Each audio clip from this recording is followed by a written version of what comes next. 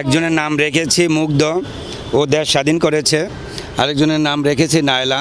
একজনকে পেয়েছি আমরা মুরগাপাড়া চৌরাস্তায় ডাস্টবিনে হাবিবপুরে। আরেকজনকে আসলে কোথায় যে তার জন্ম হয়েছে বা কোথায় ছিল সেটার কোনো নেই। আমি এই পর্যন্ত 41 জন বাচ্চাকে উদ্ধার করেছি, আর এই 2 জন সহ 43 জন।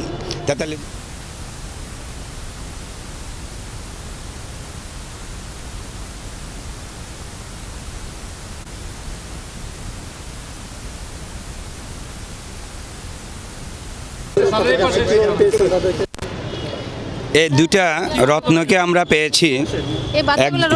হ্যাঁ, একজনের নাম রেখেছি মুগ্ধ, ও দেশ স্বাধীন করেছে। আরেকজনের নাম রেখেছি নায়লা, সে হলো আমাদের আল্লাহ সাহায্যপ্রাপ্ত বান্দা। একজনকে পেয়েছি আমরা মুরগাপাড়া চৌরাস্তায় ডাস্টবিনে হাবিবপুরে। আরেকজনকে আসলে কোথায় যে তার জন্ম হয়েছে বা কোথায় ছিল সেটার কোনো নেই। একজন ভদ্রমহিলা পলিথিনে ব্যাগে করে ওকে হাসপাতালের বারান্দায় রেখে যায়। তারপর থেকে 126 দিন যাবৎ এই মুগ্ধ আমার কাছে, তার ওজন ছিল 900 গ্রাম। আর নায়লা আজকে 65 দিন যাবৎ আমার কাছে। তারা 2জনে লাইফ সাপোর্টে, 2জনে মুমূর্ষ ছিল, 2জনেই ভালো আছে এখন আলহামদুলিল্লাহ। মুগ্ধর চোখের সমস্যা ছিল, যেটা রেটিনোপ্যাথি প্রেমে ছিল, তো চোখের অন্ধত্ব বলা হয়। এটার জন্য তাকে ইসলামিয়া চক্ষু হাসপাতালে ইঞ্জেকশন দেওয়া হয়েছে, তারপর চোখে তার লেজার দেওয়া হয়েছে। সে সম্পূর্ণ এখন সুস্থ আছে।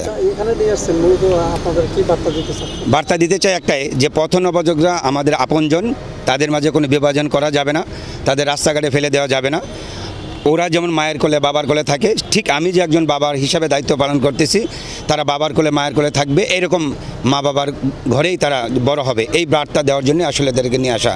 আচ্ছা, সমাজে যে কত নবজাতক বা যারা কত শিশু রয়েছে, এরকম যদি আপনারা কেউ পায় বা কোথাও দেখা পেলে, তো শুধু আমাকে একটু খবর দিলে হবে, নিজ দায়িত্বে নিয়ে আসবো। তাদের চিকিৎসা সেবার দায়িত্ব নেব ইনশাল্লাহ। তারা বেঁচে গেলে ভবিষ্যতে আইনের মাধ্যমে তাদেরকে যেন পুনর্বাসন করা যায়, পরিবারে ফিরে দেওয়া, সেই ব্যবস্থা করে দেবেন ইনশাল্লাহ। এই পর্যন্ত কতজন বাচ্চা? আমি এই পর্যন্ত 41 জন বাচ্চাকে উদ্ধার করেছি, আর এই 2 জন সহ 43 জন।